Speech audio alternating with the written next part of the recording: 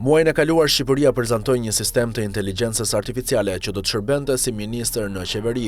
Lajmi erdhi si një tronditje, madje për më shumë njerëz që kanë qenë vëzhgues, shumë i zellshëm në industrinë e inteligjencës artificiale gjatë 3 viteve të fundit. Shqipëria, një komb ballkanik me 2.8 milion banor, njoftoi se figura virtuale diella, një sistem i inteligjencës artificiale që filloi vitin duke ndihmuar individët me dokumentacionin digjital, do të promovojë në një pozicion të nivelit kabinet për të menaxhuar prokurimet publike. Qeveria e paraqiti atë si një sistem softwareik që do të vlerësonte tenderët vetëm në bazë të meritës, pa ryshfete, favore apo frikë. Kjo është ose një risi botërore në antikorrupsion, ose një eksperiment i rrezikshëm i mbështjellë me teatr politik. Sidoqoftë është reale dhe drejt për drejt. Çfarë ndryshoi në të vërtetë dhe çfarë jo?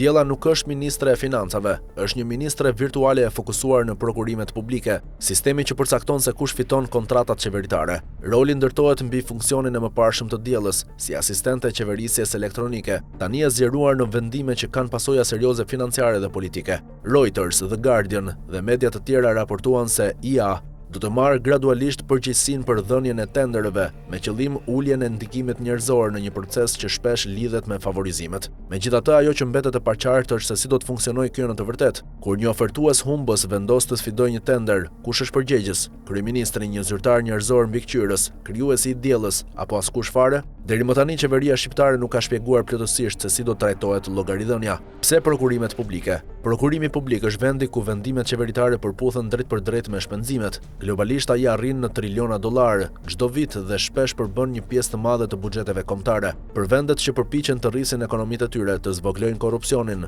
dhe të ndërtojnë besim te investitorët ose partnerët rajonal, rregullimi i mënyrës se si menaxhohen tenderët mund të ketë rezultate të shpejta dhe të dukshme. Kjo është arsyeja sepse roli i diellës ka rëndësi. Kjo synon një nga fushat e pakta që mund të ndryshojnë vërtet mënyrën se si funksionon një qeveri. Siç e tha Tech Policy Press, prokurimi luan një rol të fuqishëm në formësimin e vendimeve kritike në lidhje me IA-n. Në mungesë të rregullimit federal të shitësve të IA-s, prokurimet mbeten në levat e pakta të qeverisë, që kanë nxitur vlerat publike, të tilla si siguria, mos diskriminimi, privatësia dhe llogaridhënia.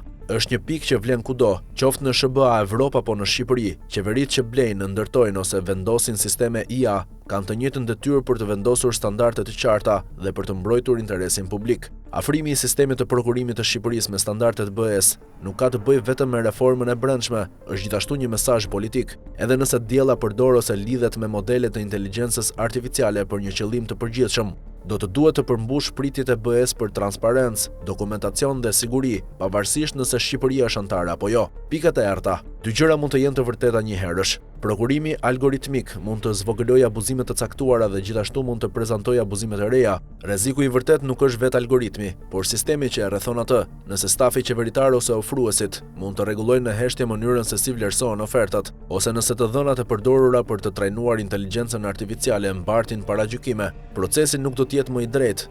Thjesht do të fshetë të njëjtat probleme të vjetra pas një perdeje digjitale. Ekziston gjithashtu një këndvështrim demokratik që është i lehtë për t'u anashkaluar mes gjithë kësaj entuziazmi, siç paralajmëroi në maj Instituti i Shkencës i të Dhënave në Universitetin e Kolumbias. Siguria që projektimi dhe përdorimi i këtyre mjeteve pasqyron vlerat e qytetarëve dhe interesin publik është jetik për ruajtjen e legjitimitetit dhe llogaridhënies demokratike. Së fundmi është çështja e precedentit. Disa tituj janë përpjekur të analogojnë diellën me gjyqtarët robot ose vendimarrësit algoritmik në gjykata. Kjo nuk është ajo që po ndodh këtu.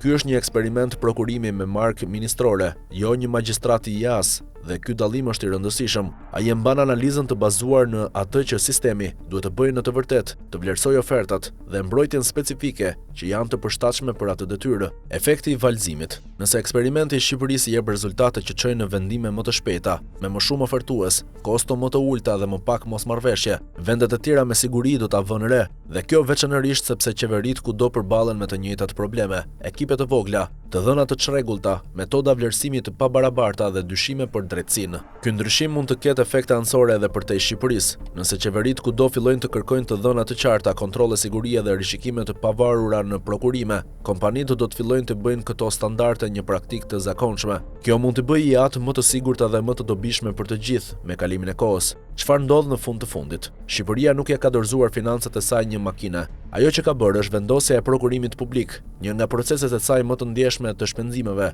në një sistem të ri të mundësuar nga IA, duke i dhënë më pas atij sistemi titullin simbolik të ministrit. Pyetja e vërtetë nuk është nëse ideja tingëllon moderne, por nëse qeveriset me përgjegjësi. Suksesi i këtij eksperimenti do të varet nga mënyra se si do të monitorohet dhe rishikohet. Kjo do të thotë të kesh monitorim të qartë, auditime të hapura, rregulla të qarta dhe procese të drejta apelimi. Nëse këto siguri përcaktohen dhe zbatohen në mënyrë të qartë publikisht, diella mund të tregojë se si inteligjenca artificiale mund të bëjë qeverisjen më të drejtë. Nëse jo, rrezikon të provojë atë që kritikët tashmë e kanë frikë, se automatizimi i një procesi me të meta vetëm fsheh të metat.